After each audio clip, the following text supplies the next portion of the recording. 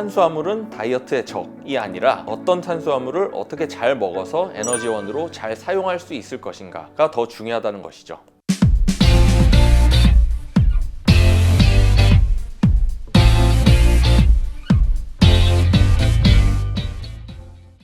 안녕하세요. 형인제한의원 이지승 원장입니다. 다이어트 하시는 분들 중에 대부분 탄수화물을 멀리하고 단백질만 챙겨 드시는 분들이 많이 계실 텐데요. 사실 탄수화물은 우리 몸에서 필요한 필수 영양소 중 하나거든요. 그래서 오히려 역설적일 수 있지만 탄수화물을 잘 먹는 것이 다이어트의 매우 중요한 포인트라고 할 수 있겠습니다. 오늘 이 영상을 끝까지 보신다면 우리가 그토록 멀리해야만 하는 탄수화물을 다이어트 할 때에도 잘 드실 수 있게 될 겁니다. 그럼 바로 시작해 볼게요. 저탄수화물 다이어트가 인기 있는 데는 이유가 있는데요. 탄수화물 섭취가 체지방을 축적시키는데 직접적인 영향을 미칠 수 있기 때문입니다. 우리가 탄수화물을 섭취하게 되면 혈당, 즉 혈액 속에 포함된 포도당의 양이 올라갑니다. 이때 췌장에서 인슐린이라는 호르몬이 분비가 되면서 혈액 속의 포도당을 세포로 보내서 에너지원으로 사용을 하게 되고요. 여기서 사용하고 남은 당을 간이나 근육에 가서 글리코겐으로 저장을 하게 됩니다. 그런데 근육과 간의 저장 공간이 꽉 차버리게 되면 그 나머지를 이제 중성 지방의 형태로 지방세포에 저장을 하게 되거든요. 이런 과정들 때문에 탄수화물 섭취를 줄이는 것이 살을 빼는 지름길이겠구나, 단편적으로 생각을 하기 쉬운 건데요. 사실 중요한 것은 탄수화물이 무조건 지방으로 가는 것은 아니라는 것입니다. 적정량의 탄수화물을 잘 먹게 된다면 체지방의 증가 없이 온전히 에너지원으로만 사용을 하게 되기 때문에 대사량을 늘리는 과정에서 보다 좋은 연료로 사용이 되게 됩니다. 그리고 우리가 운동을 많이 하게 되면 근육이 당을 더 흡수하게 되거든요. 그래서 지방 축적의 위험이 줄어들게 되는 것이고요. 마지막으로 중요한 게 탄수화물도 다 같은 탄수화물이 아닌데요. 특히 제가 다이어트 하시는 분들께 가장 처음 강조드리는 부분이 바로 탄수화물을 안 먹는 것이 중요한 게 아니라 어떤 류의 탄수화물을 잘 먹을 수 있을 것인지가 중요하다라는 부분인데요. 흰쌀밥이라든지 밀가루로 만든 빵, 떡과 같은 정제된 탄수화물은 혈당을 비교적 급격하게 올리게 되는 혈당 스파이크를 유발을 하고 지방으로 저장이 되기도 쉽습니다. 반면에 고구마라든지 현미, 귀리와 같은 당지수가 비교적 낮은 복합 탄수화물들은 혈당을 비교적 완만하게 올리게 되고 천천히 소화가 되면서 에너지를 오래 유지해주고 지방으로 축적될 위험도 적은 것입니다. 그렇기 때문에 탄수화물은 다이어트의 적이 아니라 어떤 탄수화물을 어떻게 잘 먹어서 에너지원으로 잘 사용할 수 있을 것인가가 더 중요하다는 것이죠.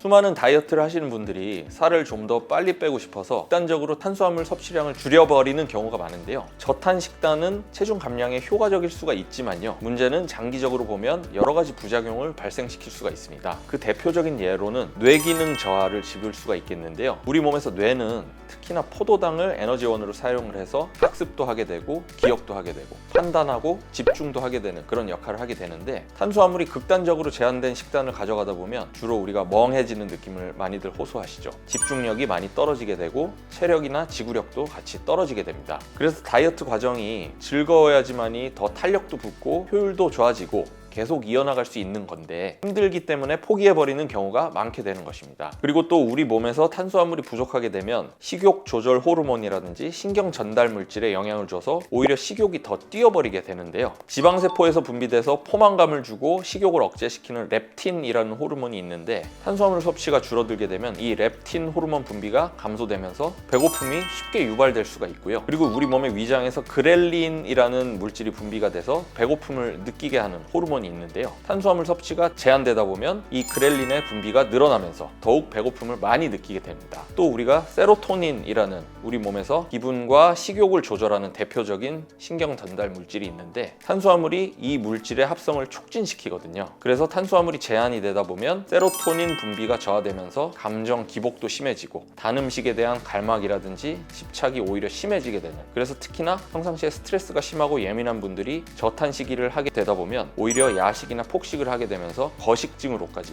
빠지게 되는 경우도 종종 나타나는 부작용이라고 할 수 있습니다. 그럼 단백질 섭취는 어떨까요? 다이어트 할 때 단백질 섭취는 백해무익한 걸까요? 사실 단백질도 너무 많이 먹으면 문제가 생길 수 있습니다. 일단 단백질을 과다 섭취할 경우에는 단백질 대사 과정에서 나오는 암모니아와 같은 질소 노폐물이 신장에 부담이 될 수가 있고요. 암모니아 독소가 증가되게 되면서 간이나 신장이 손상될 가능성도 있습니다. 또 장내 미생물의 균형이 깨지게 되면서 소화장애라든지 변비가 유발될 수가 있고, 지방과 함께 과다 섭취가 될 경우에는 LDL이라는 나쁜 콜레스테롤이 상승하게 됩니다. 특히 고기 위주로 단백질을 섭취하면서 섬유질을 충분히 안 드시는 드시게 되면 장 건강도 나빠질 수가 있는데요. 그래서 무조건 단백질을 많이 먹는다고 좋은 거는 아니라는 것입니다. 그럼 다이어트를 할 때 탄수화물과 단백질을 어떻게 먹어야 될까요? 무조건 탄수화물을 멀리하지 말고 건강한 탄수화물을 섭취하는 것이 중요합니다. 복합 탄수화물을 드시기를 권고드리겠고요. 식이섬유가 풍부한 채소와 함께 먹으면 혈당 조절에 도움이 되기 때문에 채소도 함께 드시기를 추천드립니다. 또 건강한 단백질을 섭취하는 것인데요. 닭가슴살, 생선, 두부,